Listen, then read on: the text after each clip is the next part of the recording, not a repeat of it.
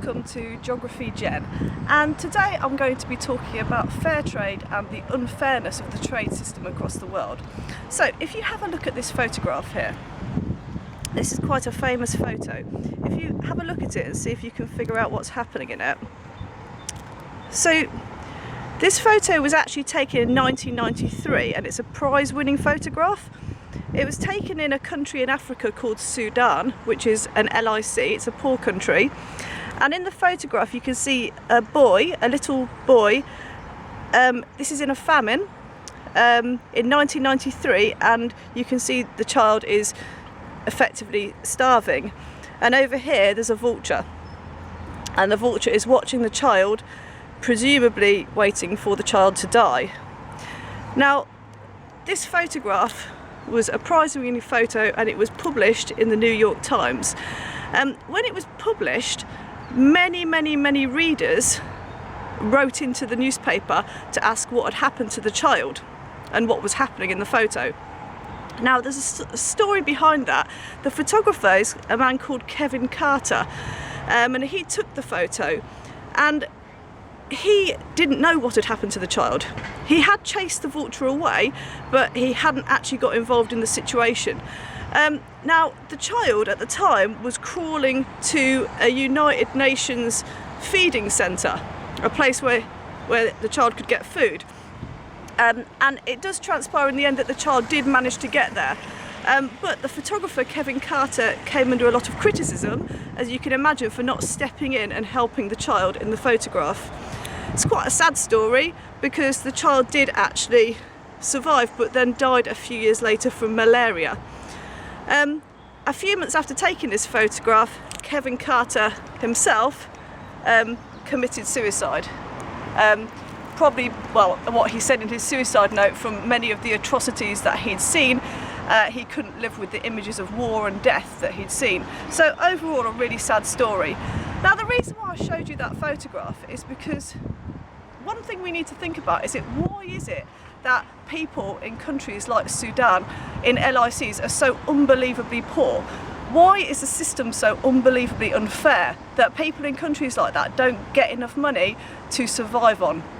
And there are many complex reasons behind this. Some of them may be historical, some of them may be to do with the government types in those countries, some might be due to colonialism, but some are to do with globalisation and trade. And trade is the one I'm going to look at today. So, trade is really unfair. There are many different plantation owners who have things like, who grow cocoa beans, who grow things like bananas, who exploit their workers.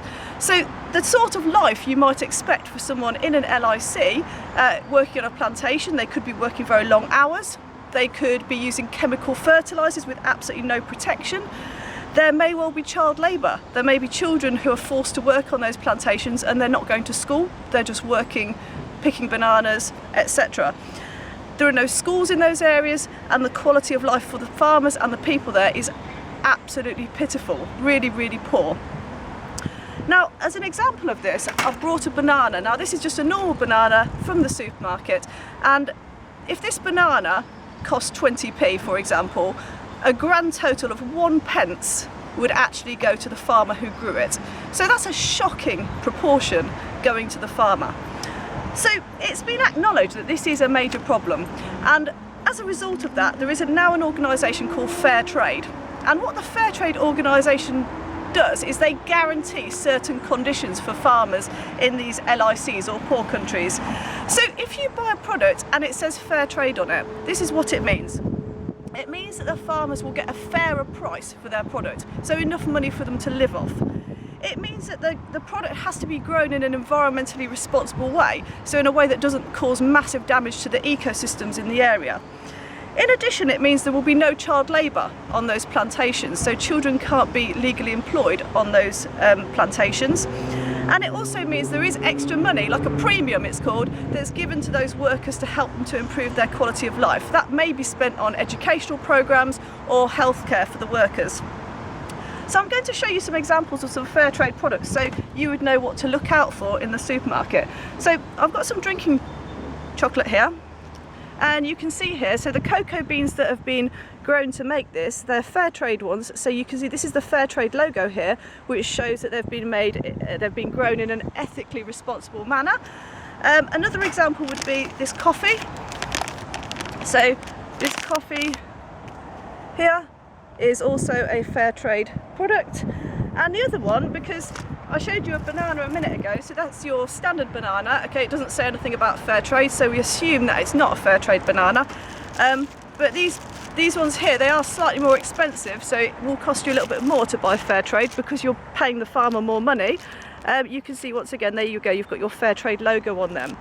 So if you're in the supermarket with your parents and you're doing some shopping, have a look at some of these products and see if you can find some fair trade products. Now, just to point out, not all products will be fair trade. For example, I've got some potatoes here. Now, these don't have a fair trade product label on them.